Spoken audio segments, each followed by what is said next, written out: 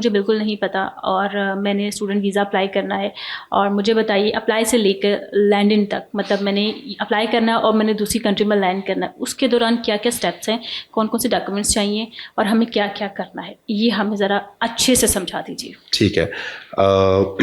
देखिए, सबसे पहले जब आप कंट्री सेलेक्ट कर लेती हैं कि आपने जिस कंट्री में जाना है, तो उससे नेक्स्ट जो स्टेप है वो है डॉक्यूमेंटेशन। अच्छा। अब डॉक्यूमेंटेशन में हमें जो चीज़ें चाहिए उनमें सबसे पहले आ जाते हैं एकेडमिक्स। ठीक है। एकेडमिक्स को अगर हम डिटेल में बताएं तो आपकी सारी ट्रांसक्रिप्ट्स, ठीक है। आपकी सारी डिग्रीज, ठीक है। कुछ कंट्रीज हैं जो अटेस्टेड मांगते हैं HEC से, मोस्टली यूरोपियन साइड अटेस्टेड मांगती है। कुछ कंट्रीज हैं लाइक UK, वो वहाँ पे अटेस्टेशन नहीं रिक्वायर होती, ठीक है। तो आपको अपनी ट्रांसक्रिप्ट एंड डिग्रीज प्रोवाइड करनी होती है, ठीक है। सेकेंडली हम आ जाते हैं एक इंग्लिश टेस्ट के ऊपर। इंग्लिश टेस्ट लाइक IELTS और PTE, इस तरह के टेस्ट हैं, और भी मल्टीपल टेस्ट हैं, टॉफल, डुओलिंगो, ऑक्सफोर्ड, लैंग्वेज सर्ट, इस तरह के कोर्सेज हैं या टेस्ट हैं।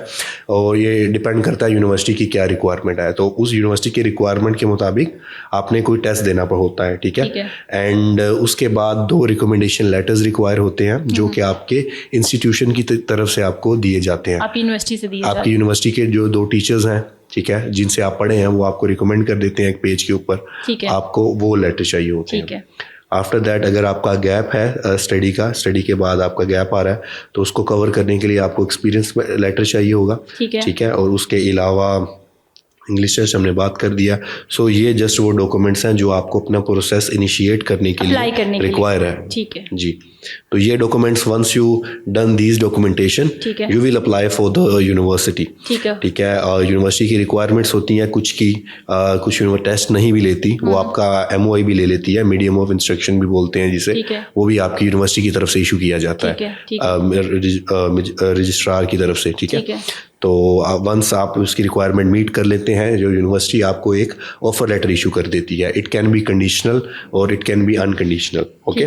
कंडीशनल मीन्स कुछ यूनिवर्सिटीज स्टार्ट में ही आपसे इंटरव्यू ले लेती हैं, कुछ फ़ी के बाद इंटरव्यू ले लेती हैं, या कुछ पे कोई डॉक्यूमेंट मिस होता है जो उन्हें दोबारा रिक्वायर होता है, तो उसकी कंडीशन लग कर आ जाती है, ठीक है।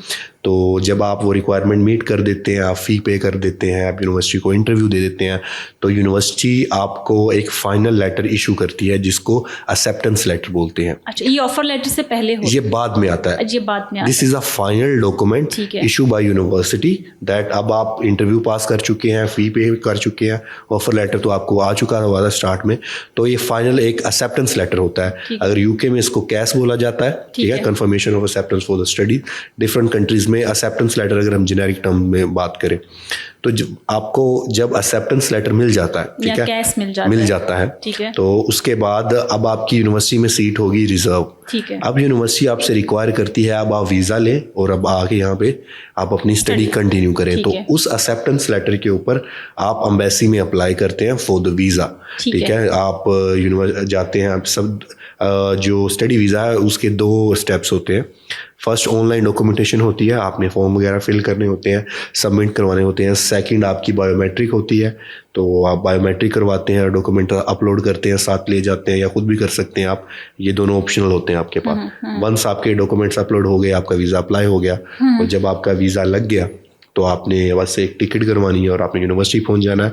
और यूनिवर्सिटी पहुंचते साथ ही सबसे पहला काम होता है आपने इनरोलमेंट करनी है। इनरोलमेंट मीन आपने अपना टाइम टेबल अपने सेट करना होता है कि किस डे को आपने कौन सी क्लास लेनी है, ठीक है। तो अब आपका जब आपकी इनरोलमेंट क्लियर हो गई, अब आपका स्टडी वीज़ा प्रोसेस कंप्लीट है, अब आप एक नॉर्मल स्टूडेंट की तरह अपनी क्लासेस कंटिन्यू कर सकते हैं इन द UK।